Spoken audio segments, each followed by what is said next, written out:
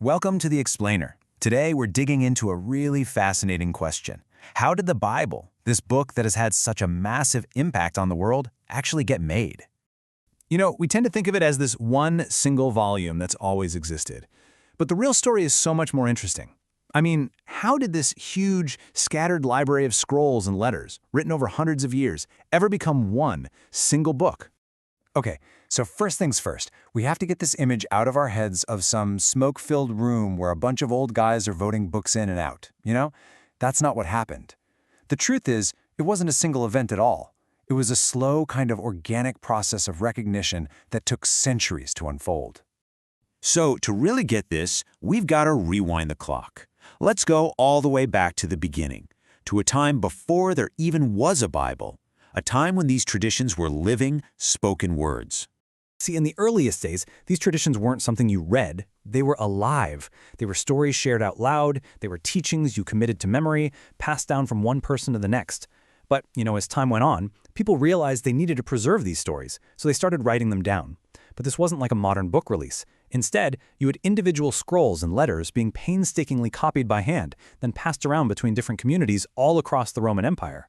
And this is a really important point to grasp. For the first few hundred years, there was no single Bible. There just wasn't. What you had instead was this vibrant and, let's be honest, kind of messy collection of all sorts of texts.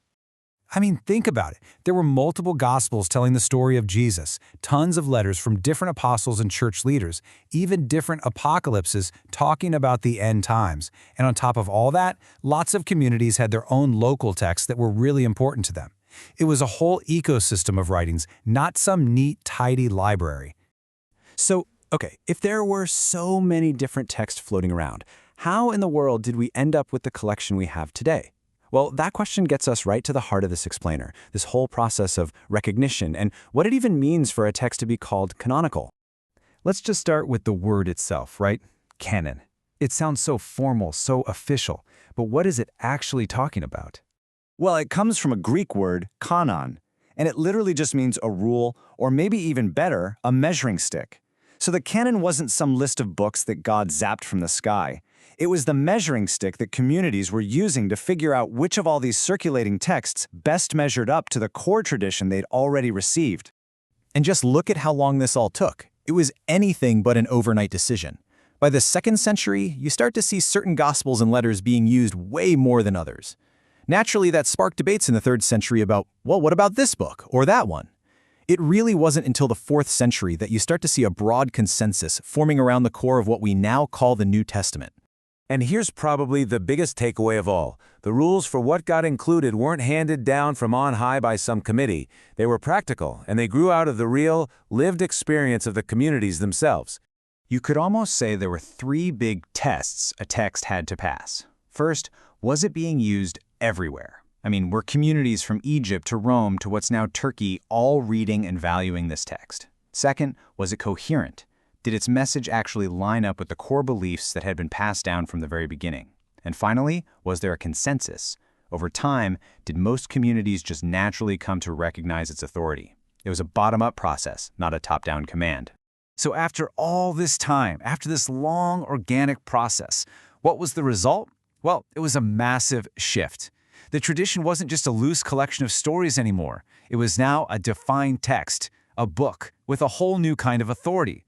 This quote here just nails it perfectly. The formation of the canon doesn't create the tradition, it delimits it. In other words, this whole process didn't invent a new faith or new beliefs. It just drew a line in the sand. It drew a boundary around the writings that the communities already felt were the best expression of the tradition they were living. You can really see the transformation right here.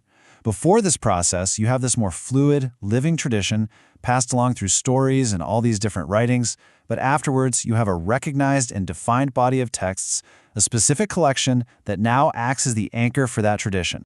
But here's the thing. Finalizing the list of books didn't end the conversation. Not at all. In fact, it created a brand new challenge that would shape the next 2,000 years of history.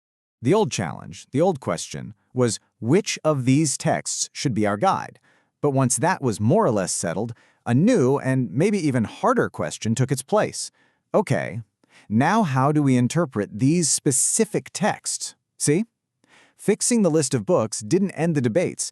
It just changed the subject of the debate for good. And that leaves us with the one question that has been echoing through history ever since. A question that's just as real for us today. Once you give a collection of texts this kind of authority, who gets to decide what it all really means?